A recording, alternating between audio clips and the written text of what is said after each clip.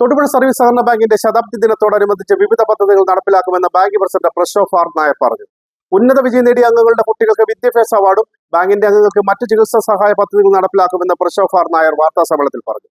ഈ ബാങ്കിലെ അംഗങ്ങളായിട്ടുള്ളവർക്ക് നിലവിൽ കാരുണ്യ സ്പർശം എന്ന പേരിലുള്ള ഒരു പദ്ധതി നിലവിൽ 10,000 രൂപ വരെ ആരോഗ്യപരമായ ബുദ്ധിമുട്ടുകൾ നേരിടുന്നവർക്ക് നൽകി പോരുന്നുണ്ട്.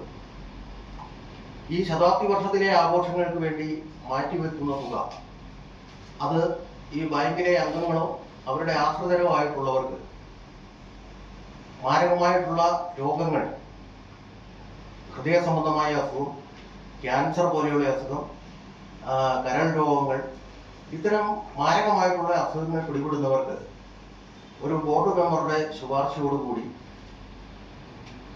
ബാങ്കിൽ അപേക്ഷിച്ചാൽ കൂടുതൽ ധനസഹായം നൽകുക എന്നുള്ള ലക്ഷ്യത്തിലേക്കാണ് ഞങ്ങൾ തീരുമാനമെടുത്തിട്ടുള്ളത്.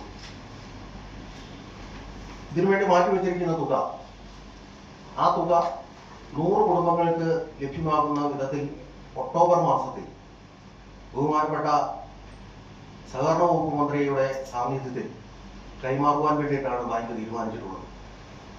അതോടൊപ്പം തന്നെ ഒരു പൊതുസമ്മേളനമായി തന്നെ ആ യോഗം വിളിച്ച് ആ യോഗത്തിൽ ബാങ്കിലെ മുതിർന്ന അംഗങ്ങളെ ആദരിക്കലും അതോടൊപ്പം തന്നെ ബാങ്കിലെ അംഗങ്ങളുടെ കലാപരിപാടികൾ ഉൾപ്പെടെ മികച്ച വിജയം നേടിയ വിദ്യാഭ്യാസ മേഖലയിൽ മികച്ച വിജയം കൈവരിച്ചിട്ടുള്ള സഹകാരികളുടെ കുട്ടികൾക്ക് സ്കോളർഷിപ്പ് വിതരണം ഉൾപ്പെടെയുള്ള പരിപാടികൾ അത് തുടർന്ന് പോരുന്നതാണ്.